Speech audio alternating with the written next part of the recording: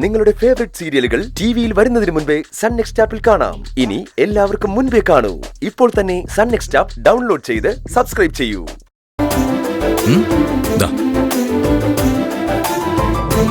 Advance happy Vishu.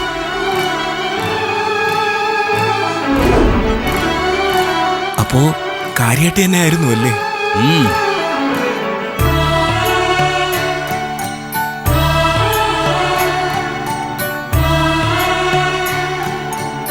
എന്താ ചേച്ചി? ഒന്നുമില്ല, സന്തോഷം കൊണ്ടാ.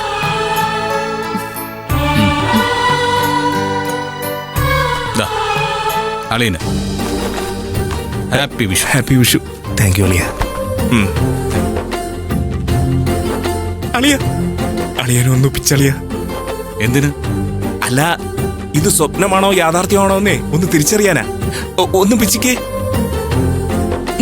അയ്യോ സത്യം. എന്റെ അളിയൻ കലക്കി കളഞ്ഞല്ലോ. മാഡം, സാരി ഇഷ്ടായോ? ഇഷ്ടായി.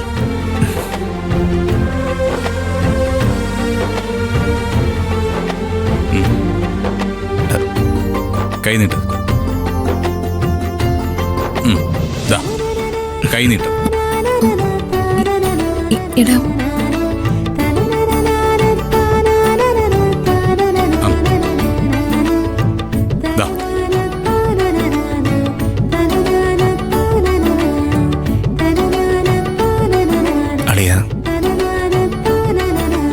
ക്ഷമിക്കാൻ പറ്റാത്ത തെറ്റുകളാ ഞങ്ങൾ ചെയ്തിട്ടുള്ളത്.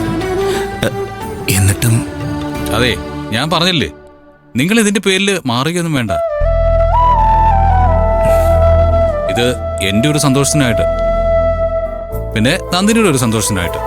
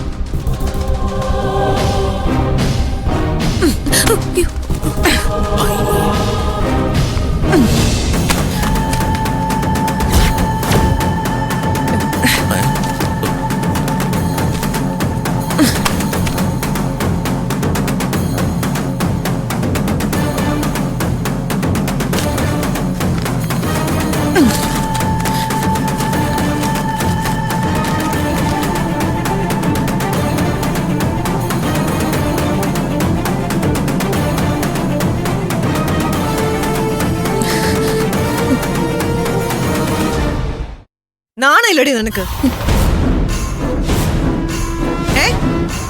ഇത്രയും നാളും തോന്നാത്ത ഒരു കൈനീട്ടം അവൻ തരുമ്പോ അതിന്റെ പിന്നിൽ എന്താന്ന് നീ ചിന്തിക്കണ്ടേ? അല്ല, ഇവൻ പറഞ്ഞ എന്താന്ന് നീ കേട്ടില്ലേ? ഇവളുടെ സന്തോഷത്തിന് വേണ്ടി. ഇവള് ബുദ്ധിമതിയാ. ഇവൾക്കറിയാം നമ്മുടെ ഇടയിൽ സ്പ്ലിറ്റ് ഉണ്ടാക്കാനായിട്ട് എന്ത് ചെയ്യണമെന്ന്. അല്ലെങ്കിൽ തന്നെ ഇവൾ ആരാടി നിനക്ക് കൈനീട്ടം തരാൻ? പത്മയുടെ മക്കൾക്ക് കൈനീട്ടം കൊടുക്കാനേ സുദേവന്റെ മോള് വളർന്നു അല്ലേ?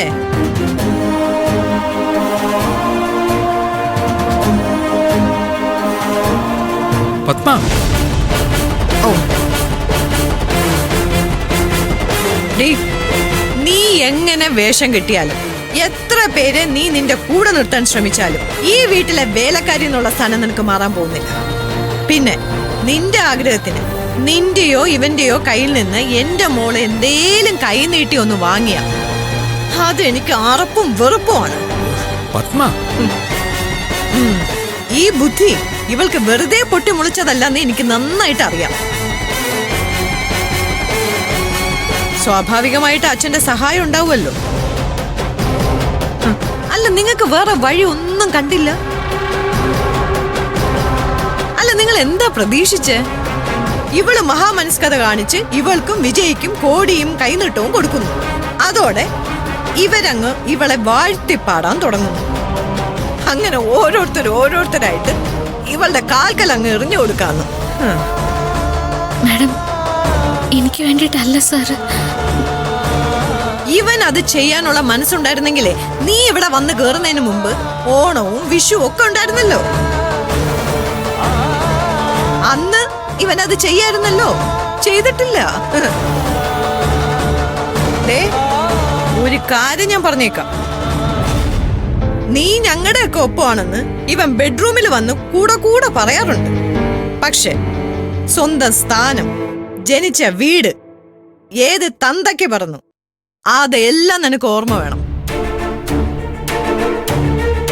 ഒന്നല്ല 1000 ജന്മങ്ങൾ ജനിച്ചാലും പത്മയുടെയും മക്കളുടെയും പൊസിഷനിലേക്ക് വരാൻ നിനക്ക് പറ്റില്ല. പൊടിയകത്ത്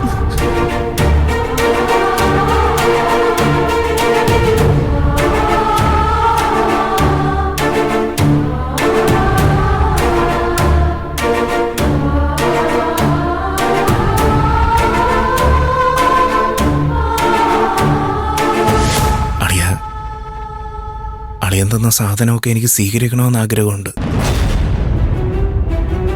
പക്ഷേ ഇപ്പൊ ഞാൻ പിന്നാലെ ചെന്നില്ലെങ്കിൽ എന്റെ ഭർത്താവ് ഉദ്യോഗം പോവും. അതുകൊണ്ട് പൊട്ടളിയാ, പൊട്ടെ എങ്കിൾ.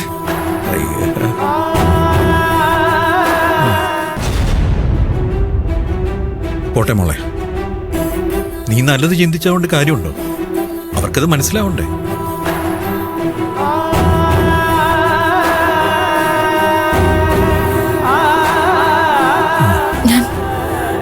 സാറിനെ ഒരുപാട് നിർബന്ധിച്ചു. എന്നിട്ടും സാറിനെ എല്ലാരും കൂടി നാണം കെടുത്തി. അതെ, അമ്മ കാണിച്ചതിന് ഞാൻ പൊട്ടിത്തെറിക്കേണ്ടതാ. പക്ഷേ തന്റെ സങ്കടം കൂട്ടണ്ടെന്ന് കരുതി. പോട്ടെ അല്ല അച്ഛാ. ഇയാള് നിർബന്ധിച്ചു എന്നത് സത്യമായിരുന്നു. പക്ഷേ ചേച്ചിയുടെ അളിയന്റെ അടുത്തെത്തിയപ്പോ ഞാൻ വളരെ സീരിയസ് ആയിരുന്നു. വിട്ടുകളയണ. ഇവരുടെ അടുത്തൊന്നും ചങ്കെടുത്ത് കാണിച്ചിട്ടും കാര്യമില്ല. തള്ളി പറയുകയുള്ളൂ.